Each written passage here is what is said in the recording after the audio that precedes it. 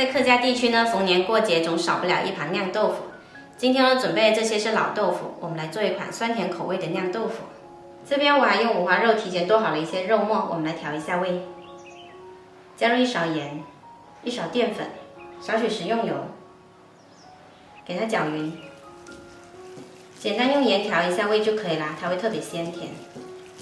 可以戴上手套，用手这样子搅一会儿，搅上筋的肉呢，它吃起来更香。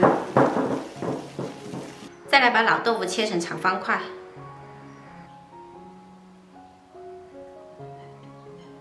接着我们就可以往豆腐里面呢塞肉馅，先在这里戳一个洞，然后把肉馅呢给它塞进去，一点一点的给它塞，手固定住豆腐的两侧，才不会崩开。面上的肉给它填多一点，填平就可以啦。再准备几个西红柿，用开水给它烫一下，就很好剥皮啦。再给它切成小块。再来起锅热油，把酿豆腐肉的这一面呢放下来，先煎一会儿，让它定型。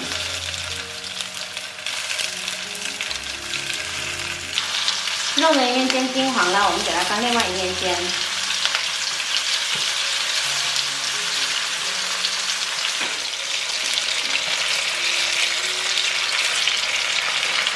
煎到两面金黄就可以先关火啦。再重新起锅，我们来炒番茄。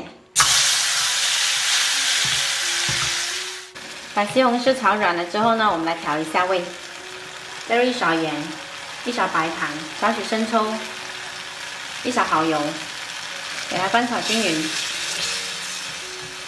再加入适量开水，煮个3-5分钟。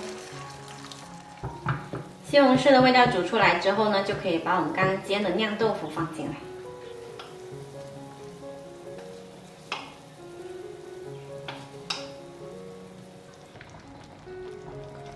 豆腐放进去了之后呢，我们煮开，然后再转小火煮10分钟。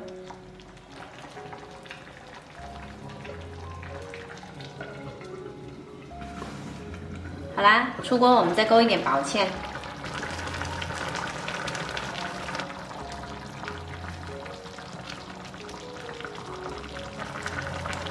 再撒上葱花，这一道酸甜开胃的酿豆腐包就做好啦。